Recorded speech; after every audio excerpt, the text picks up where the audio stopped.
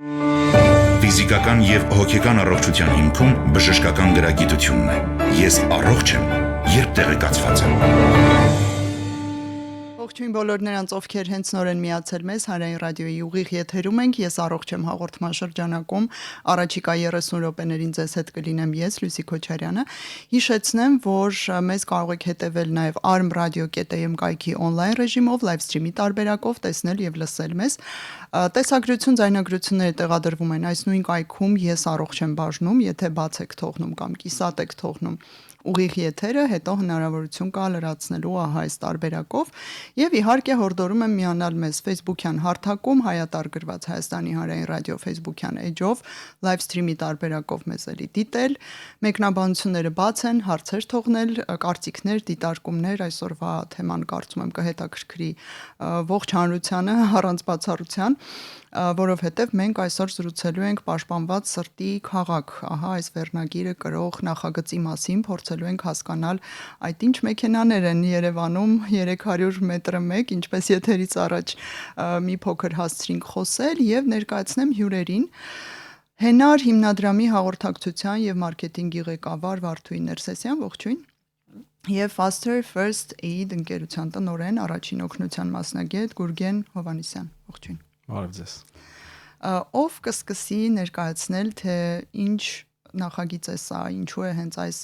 անվանումը կրում եւ ինչ քայլեր են արվում այս նախագծի շրջանակում։ Կարող եմ ես սկսել, ողջույն եւս մեկ անգամ։ Պաշտպանված սրտի քաղաքը միտված է, որպեսզի Երևանում, Երևանի կենտրոնում ամեն 300 մետրը մեկ տեղադրվեն դեֆիբրիլյատորներ, քանի որ ոչ միայն Հայաստանում, այլ նաև ամբողջ աշխարհում սրտի հետ կապված խնդիրները ամենատարածվածն են եւ մահացության թվով ամենամեծն են։ Այդ իսկ պատճառով որոշում է կայացվել, որպեսզի նվազեցնենք մահվան ելքերը ամեն 300 մետրը մեկ Երևանում տեղադրվեն դեֆիբրիլյատորներ, ինչպես նաև մեր նախաձեռնությունը կազմակերպում է վերապատրաստման դասընթացներ, որտեղ սովորեցնում է սրտթոքային վերակենդանացման տեխնիկաները, այսպես ասած, Գուրգենը ավելի կմանրամասնի դրա մասին քիչ անձից թվում է, եւ որպեսզի մարդիկ բոլոր 18-ից բարձր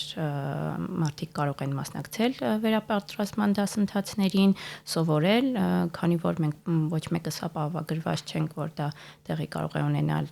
փողոցում մեր հարազատների հետ, շատ լավ հմտություն է, որին պետք է տիրապետել, կարծում եմ։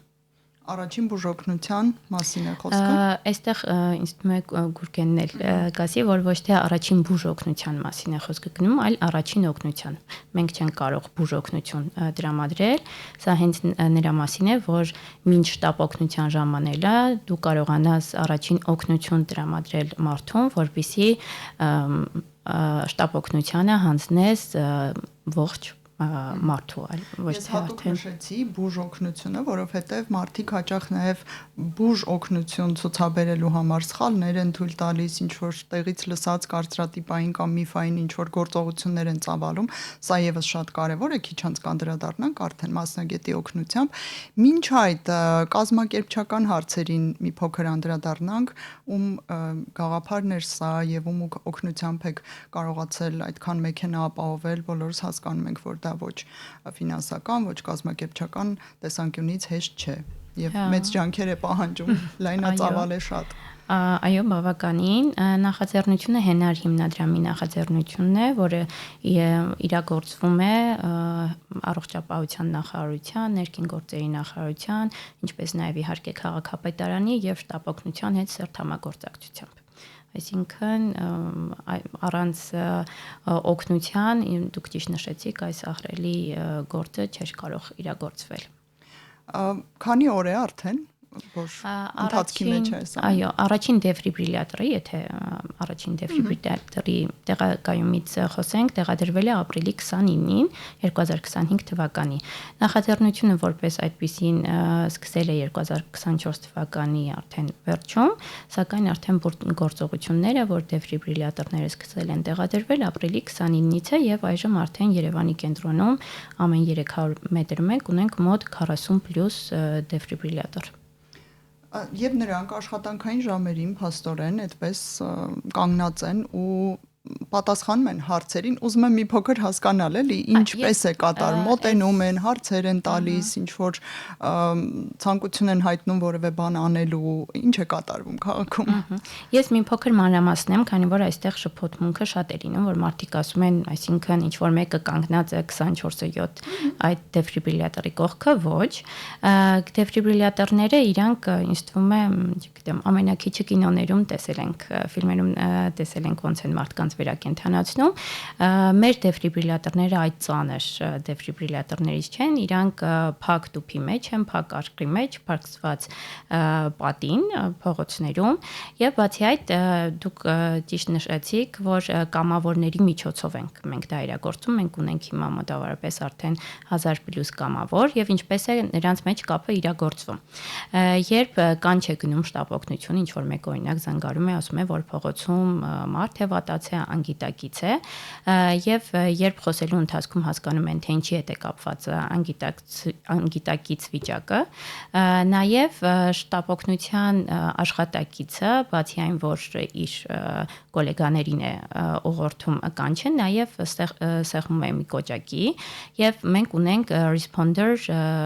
հավելվածը, այդ responder հավելվածին գնում է կանչ եւ բոլոր այն կամավորները, ովքեր գտնվում են այդ ռադիուսի, ներսում ստանում են կանչը, այսինքն եթե կոպիտ համեմատություն տանենք, դա Yandex-ի կամ մեկ այլ տաքսի սերվիսի, այսպես ասած, ծառայության նման է աշխատում, երբ որ դու մոտակայքում ես, քեզ կանչ է գալիս, որ նման բան է եղել եւ նա մոտենում է, ինչպես նաեւ մենք ունենք քարտեզ, կամավորներն է գիտեն, թե որտեղ են տեղադրված դեֆիբրիլյատորները եւ ասեմ ինչու նաեւ 300 մետրը մեկ, քանի որ ապացուցված է ինձ թվում է Գուրգենը ավելի մանրամասն կասի, որ պետք է 5 րոպեի ընթացքում անել այդ գործողությունները, որպիսի մարդու ուղեղը չկանգնի, դրա համար ընտրվել է 300 մետրը մեկ, որպիսի մարդիկ կարողանան հասցնեն ցուցաբերել օգնությունը։ Սա մի փոքր իսկապես ֆիլմի է նման կամ բժշկական որևէ TV շոուի ու լավ է որ կյանքի ենք փորձում կոչել եւ 300 մետր մեկ այսպիսի սարքեր ունենալը ճոխություն է նույնիսկ ես հիմա պատկերացնում եմ շնորհակալություն այս նախաձեռնության համար արդեն մասնագետի օգնությամբ հասկանանք ինչու մենք կարիք ունենք սրտի առողջության նկատմամբ այսպիսի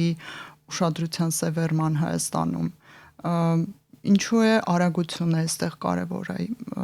Վարդուհին նշեց որ 5 րոպեների ընթացքում է պետք արագ գործողությունը կատարել մի փոքր առողջական խնդիրներից խոսեք Շնորհակալ եմ հրավերի համար մեր տարածաշրջանում առհասարակ մեծ է սրտի խնդիրները առհասարակ սննդի հետ կապված առողջ ապրելակերպի հետ կապված վատ սովորույթների եւ մնացած այլ պայմանների, ինչպես նաեւ հոգեհուզական վիճակների մարդկանց։ Առողջությանը ուշ հետևելը, երբ գործը հասնում է արդեն կրիտիկական կետի, մարդիկ նոր դիմում են բժշկի, ինչի հետևանքով ռիսկը մեծ է, սրտանոթային հիվանդությունների, սրտամկանի ինֆարկտի, կրծքահեղձուկի նոպայի եւ նմանատիպ այլ հիվանդագին վիճակների առումով։ Դրա համար ցուցանիշը շատ բարձր է։ Հայաստանում տարեկան մոտ 5000 դեպք է գրանցվում փողոցում սրտի կանգի դեպքերով պայմանավորված։ Առհասարակ արտակարգ իրավիճակների ժամանակ շատ կարևոր է, որ մարդիկ կարողանան եւ նաեւ շտապ օգնությունը կարողանա շուտ մոտենալ։ Փառք Աստծո, Երևանում հիմնականում շտապ օգնությունը շատ արագ արձագանքում է, շատ արագ մոտենում են, բայց նույնիսկ օրենքով թույլատրելի 15-20 րոպե ուշացումը կարող է սրտի կանգի դեպքերի համար լինել ճակատագրական։ Կյանքի ոսկյա րոպեներ կոչվածը, այդ 4-ից 6 րոպեները, երբ կլինիկական մահը արդեն հաջորդում է, մահվան հաջորդում է կենսաբանական մահը, երբ գլխուղեղի բջիջները չեն ստանում արդեն իսկ թթվածին կենսագործունեության համար, անդառնալիորեն նրանք սկսում են մահանալ, այսինքն գլխուղեղը սկսում է վնասվել։ Դա է նպատակը, որպեսզի կամավորները վերապատրաստված մարդիկ կարողանան 4-5 րոպեների ընթացքում հասնեն տուժածին թույլ չտան, որ կլինիկական մահվան վիճակը արդեն վերածվի կենսաբանական մահվան process-ի, տուժածին պահեն կլինիկական մահվան վիճակում, գլխուղեղին մատակարարեն թթվածին եւ արյուն, սրտամկանի կանոնավոր ռիթմերը փորձեն վերականգնեն արտաքին ավտոմատացված դեֆիբրիլյատորի միջոցով, մինչև արդեն մասնագետները կժամանեն։ Որքան ժամանակ է նվիրում այս սարքը մարդուն, այսինքն որքան է ավելացնում նրա շանսերը դիմանալու, մինչև արդեն շտապ օգնությունը կմոտենա։ Ժամանակ չի ֆիքսվում, առհասարակ ոչ կամավորները, առաջին օգնություն ցուցաբերողները եւ առավել եւս սարքը չի ասում վերջ, դադարեցրեք։ Այսինքն մահվան դիագնոզը տալիս է միայն շտապ օգնություն բժիշկը, այսինքն այդ պատասխանատվությունը թողնել կամավորի վրա չի կարելի։ Կամավորների նպատակն է փրկել տուժածին եւ իրականում եթե նրանք մոտենում են շուտ, ցուցաբերում են ճիշտ առաջին օգնություն, բնականաբար շտապ օգնությանը հանձնում են տուժածին հենց տուժածի կարգավիճակով, թույլ չեն տալիս որ նա մահանա։ Ահա, սահմանային վիճակի գոնե չհասնի։ Այո։ Սակայն ես կցանկանայի հավելել, որ քանի որ մեր այս նախաձեռնությունը նաև հիմնված է միջազգային փորձի հիման վրա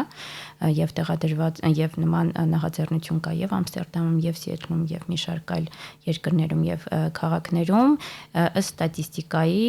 մոտ 6 անգամ նվազում են մահվան ռիսկերը նման ծրագրի շնորհիվ։ Մենք արդեն նկատում ենք, ունենք ինչ-որ դրական դեպքեր, օգնության քայլեր, որոնք միգուցե մարդուն փրկել են կամ երկարաձգել են նրա ստաբիլ վիճակը, թե դեռ ոչ, թե դեռ շուտ է այս մասին խոսել։ Կարծում եմ դեռ շուտ է, բայց ցանկանում եմ այստեղ մի հավելում անել, որ քանի որ մեր ծրագիրը ուղղված է փրկել այն մարդկանց, ովքեր գիտակցությունը կորցնում են այսպես նշեմ ոչ տանը եւ որովհետեւ մեր կամավորները կամ մենք իրավունք չունենք եւ մարդ վատանում է իր տանը մտնել մեկ մարդու անձնական տարածք, տուն դրա համար առայժմ չունենք որևէ մի դեպք, սակայն ես կցանկանամ նշեմ, որ եթե նույնիսկ չգիտեմ 5 տարվա մեջ 1 կամ 2 հոգու կյանք հաջողվի փրկել, պետք չէ դրան նայել, որ հաջողված չէ կամ ոչ նպատակային է ծրագիրը, քանի որ յուրաքանչյուր մարդու կյանք կարևոր է։ Արդարացված եք համարում, փաստորեն այս ծրագրի շարունակական գոյությունը։ Մի հարց վերապատրաստման վերաբերյալ, որքան ժամանակում մարդը, ով ցանկություն ունի կամավորական աշխատանք կատարել ձեր ծրագրի շրջանակում, կսովորի ձեր կբերի այս հմտությունները եւ կկարողանա այս սարքերից օգտվել։ Դա շատ բարդ է, օրինակ ես բավականին բարդ եմ պատկերացնում։ Նախ դասընթացների հետ կապված բժշկական մասնագիտություն ունենալը պետք չի, կարևոր չի, այսինքն մասնակցում են եւ բուժաշխատողներ, եւ արվեստագետներ, եւ պետական ստրուկտուրաների աշխատակիցներ, ուսանողներ եւ այլն։ Այսինքն խիստ բժշկական կրթություն ունենալը դա պարտադիր ցուցում չէ։ Եվ բնականաբար միայն սրտի կանգին մասին խոսել, ներկայացնել, տեխնիկան փորձել, դա կարող ենք իրականացնել 1-2 ժամվա ընթացքում, կախված խմբի մասնակիցների քանակից։ Իսկ առհասարակ, որ մարդը կարողանա ստուգել գիտակցությունը, ստուգել շնչառությունը, չէ որ սրտի կանգով դեպքերը լինում են նաև շնչուղիների խցանման պատճառով, գիտակցության կորստի պատճառով, սրանք ամենատարածված երևույթներն են եւ գոնե 4 ժամ տևողությամբ դասընթացները, որ մենք իրականացնում ենք, խոսում ենք բոլոր հնարավոր իրավիճակների եւ պատահարների մասին, որոնք կարող են հանգեցնել սրտի կանգի եւ կամավորները դեպքի վայրում ոչ միայն սիրտ-թոքային վերակենդանացման տեխնիկայով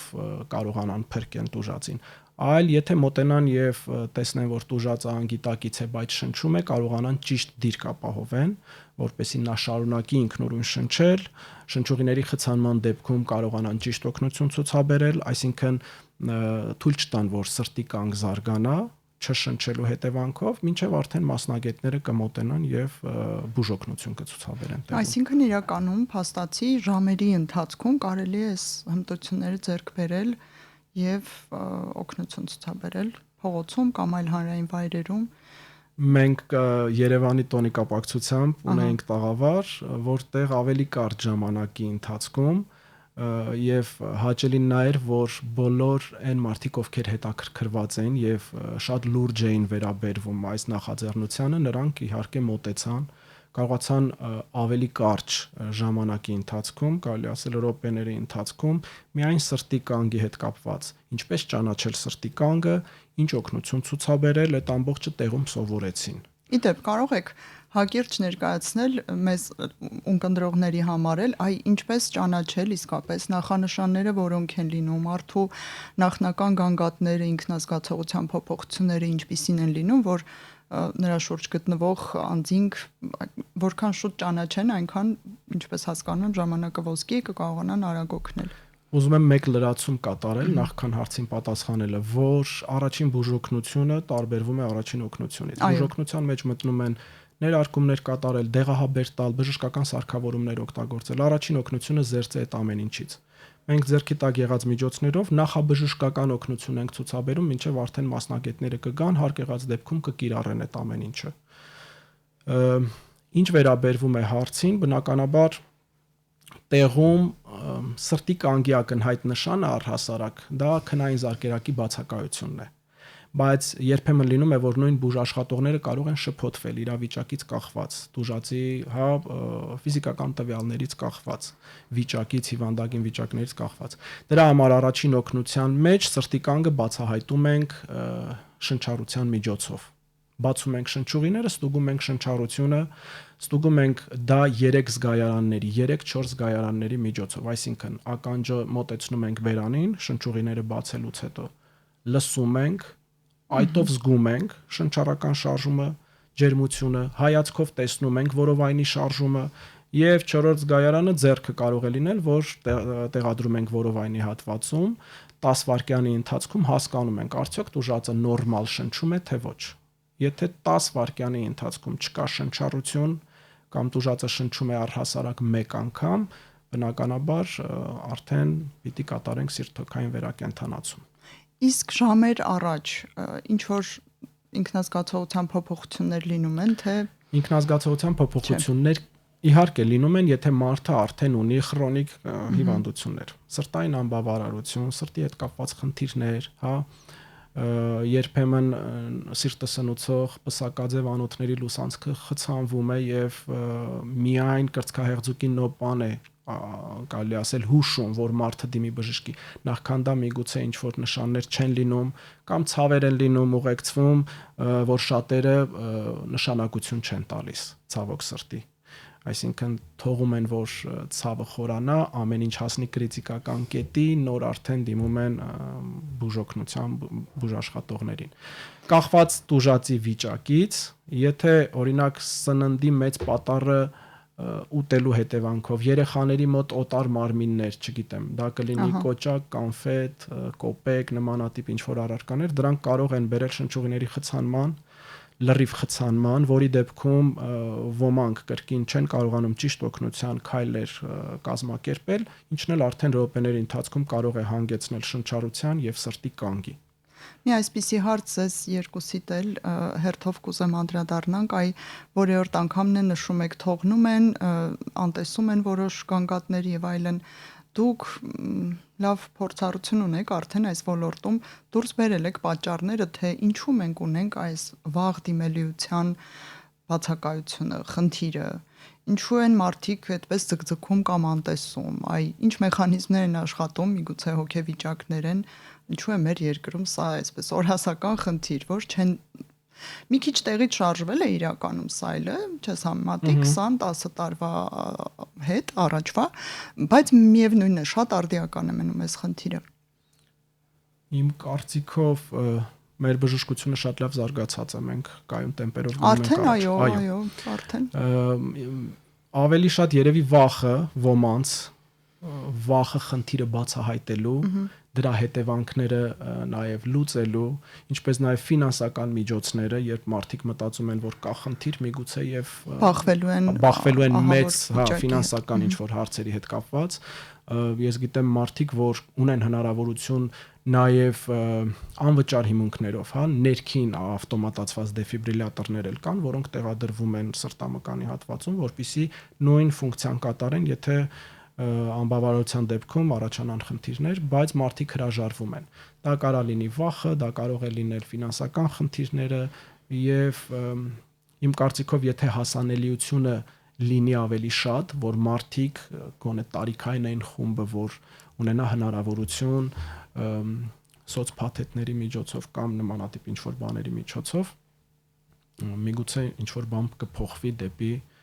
ուղղվածությունը, որպեսզի ստուգվեն, բացահայտեն, բուժվեն։ Դուք ունեք որևէ կարծիք այս առումով շփվելով մարդկանց հետ։ Ավելի շատ սուբյեկտիվ կարծիք է, որ մարդկանց մոտ կա թյուրըմբռնում, որ նման բան իրենց կամ իրենց հարազատների հետ երբեք տեղի չի ունենա։ Եվ նաև սա է խնդիրը, որ մարդիկ այդքան էլ չեն ցանկանում կամ որագրվել, սովորել, օգնության դեպքում կարողանան նաև հնարավորության դեպքում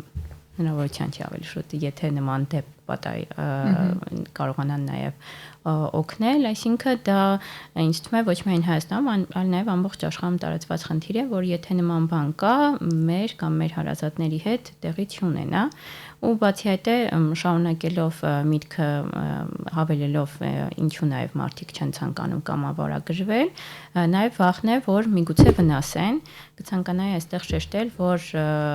հնարավոր չէ վնասել մարդուն, եթե նույնիսկ դուք դեֆիբրիլյատոր օգտագործելիս չօգնեք, այսինքն դա ձեր մեղք չի լինի, ուղղակի մարդու վիճակը արդեն այնպեսին կլինի, որ նրան այլևս դուք չեք կարողանա օգնել, վնասել հաստատ չեք կարող, այսինքն եթե կա նման վաղ, որ ես օգնեմ, միգուցե սխալ ինչ-որ մի բան անեմ, իմ պատճառով նման բան հնարավոր չէ, սա կցանկանամ շեշտել, որ եկեք, սովորեք, հավատացեք, որ հատկապես Հայաստանում, հատկապես Երևանի նման խիտ բնակեցված քաղաքում այս հմտությունը կարելի է ասել պարտադիր է։ Իդեպ, ինչու միայն Երևանում, եթե ճիշտ եմ հասկանում, այսպիսի սարքերը Երևանի հիմնականում կենտրոն եւ դրա շուրջ տարածքներում են 300 մետրը մեկ տեղադրված։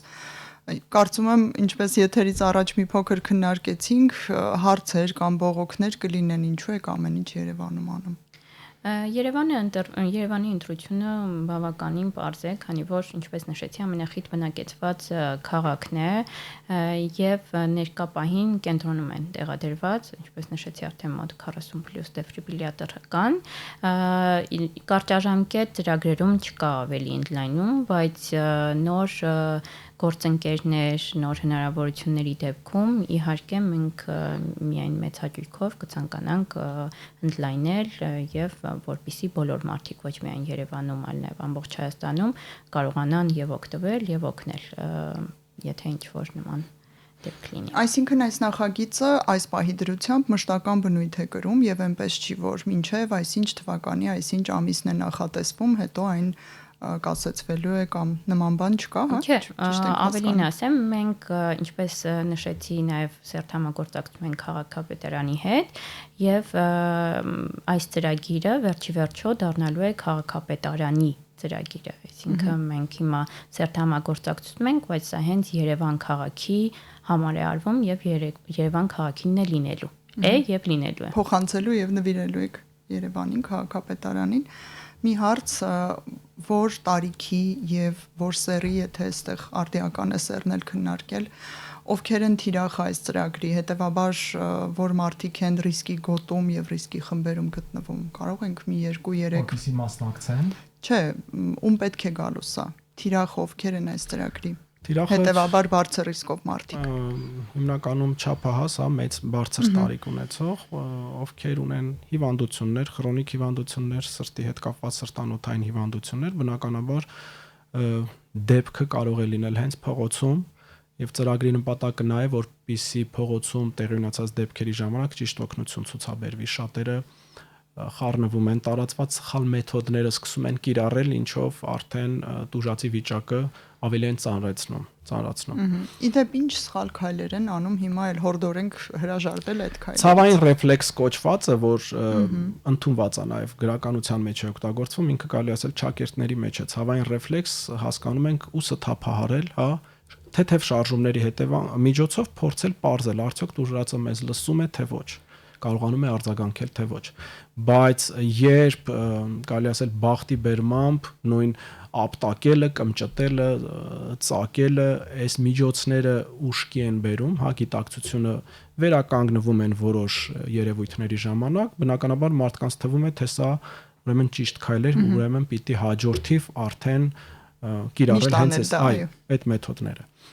Դա է խնդիրը։ Բնականաբար տուժածին հարվածել պետք չի, ստուգում ենք գիտակցությունը ձայնային եւ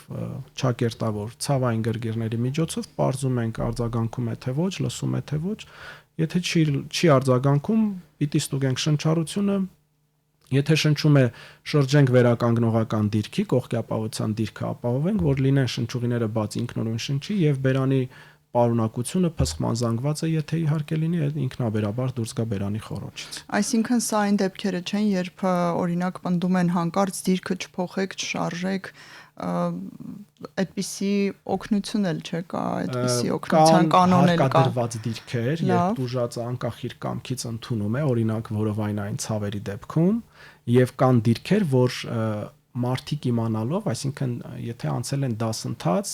գիտեն ճիշտ օգնության քայլերը, բնականաբար նրանք խնդրում են, որպեսզի տուժածը ընդունի համապատասխան դիրքը, եթե գիտակից տուժածի մասին ենք խոսում։ Անգիտակից տուժածի դեպքում բնականաբար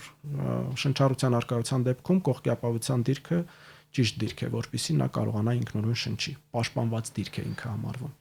Իսկ որ նշեցիք 50 տարիքի մարդիկ են հիմնական ռիսկի գոտում, մենք 60+ թե 50+ նկատի ունենք այստեղ։ Ցավոք սրտի սրտանոթային հիվանդությունները կարելի ասել երիտասարդացել են։ Մենք ունենում ենք դեպքեր 30+ 40-ին մոտ սրտամկանի ինֆարկտով ուղեկցող դեպքեր։ Այսինքն կարող ենք հենց 30+ շեմից համարել, որ ծրագիրը աշխատելու է եւ տարվա կտրվածքով մի քանի դեպք լինելու եւ ճիշտ օգնելու պարագայում ինքը հաջողված է համարվելու։ Խուսափում են մոտենալ, այդ տենդենսն են նկատվում։ Իդեպ ամբողջ աշխարհում։ Ամբողջ աշխարհում մենք վիրուսային տեսանյութեր են լինում, ինչպես ոչ ոք բացարձակ չի մոտենում։ Մենք լավ էինք զգում, երբ Հայաստանում դե կան խոչընդոտներ եւ հանդիսատեսների արկայությունը մեծ թվով, ովքեր հավաքվում են տուժածի գլխավերևում, դա խոչընդոտ է համարվում։ Բայց նույն Եվրոպայում, Ամերիկայում, նույնիսկ Ռուսաստանի Դաշնությունում այդ խոչընդոտը չի ստեղծվում, որովհետեւ մարդիկ ուղղակի խուսափում են մոտենալ եւ օգնել։ Հայաստանում հայերը ջերմ են, աջակցող են, մոտենում են, բայց նկատվում է, որ սկսել են խուսափել որոշակի շերտ, հա, հասարակության խուսափում են հետագա խնդիրներից, ավել քաշքշոցներից, բայց ծրագիրը այնքանով է լավ, որ նախ անվճար դասընթացների միջոցով 1000+ դեռ կարելի ասել մի տարին չի լրացել, թե մեկ տարին դեռ չի լրացել, բայց մենք հասել ենք այդ արդյունքին 1000 հոգի եւ ավելին երիտասարդները, ուսանողները իրենք վերապատրաստվել են, այսինքն ճիշտ օգնություն կարող են ցուցաբերել։ Սա լավ հնարավորություն է, որ մարդիկ պատկերացնեն լրջությունը, պատկերացնեն, որ ոչ միայն անծանոթ տուժածի հետ կարող է դեպքը տեղի ունենալ, այլ դեպքը կարող է տեղի ունենալ տանը, աշխատանքի վայրում, ամենուրեք, այո։ Եվ ծրագրից դուրս այս գիտելիքները մարդիկ կարող են լիարժեք կիրառել։ Ինչպես ձեռք բերել այս մի քանի ժամ տևող դասընթացը, ուր դիմել եւ ինչ հավելվածից միգուցե օգտվել, կարող եք կոնտակտներ նշել։ Այո, իհարկե, մեր heartsafe.am կայքով կարող եք գրանցվել, այնտեղ երբ գրանցվեք կտեսնեք որորին են առկա դասընթացները,